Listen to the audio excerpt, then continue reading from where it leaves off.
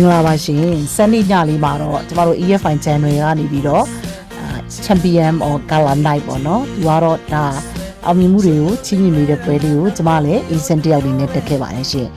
ကျမက January နဲ့ Light နဲ့ဘာလို့ခွဲပြောတာလဲဆို January insurance ဆိုတာကတော့ကျမတို့ပိုင်ဆိုင်မှုတွေပေါ့နော်မော်တော်ကားတွေမိယာမာကန်တွေ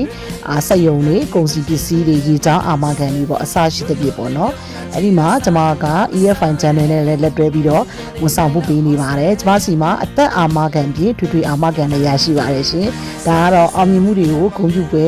ညရဲ့မှတ်တမ်းလေးဖြစ်ပါတယ်ရှင်ကျမက license ထွေအာမခံရောအသက်အာမခံရောယူထားတဲ့အတွက်ကျမ insurance service ဝန်ဆောင်မှုပေးနေပါတယ်မိတ်ဆွေတို့အနေနဲ့ဒီလိုအာမခံကိုယ်စားလှယ်လုပ်ချင်တဲ့ဒါမှမဟုတ်ရင်လည်းမော်တော်ကားအာမခံမိအာမခံကုန်စည်အာမခံအစရှိတဲ့ပြည်ကြီးသွားအာမခံမှာဝန်ဆောင်မှုယူချင်တဲ့ဆိုရင်ကျမနဲ့ချိတ်ဆက်လို့ရပါတယ်ရှင်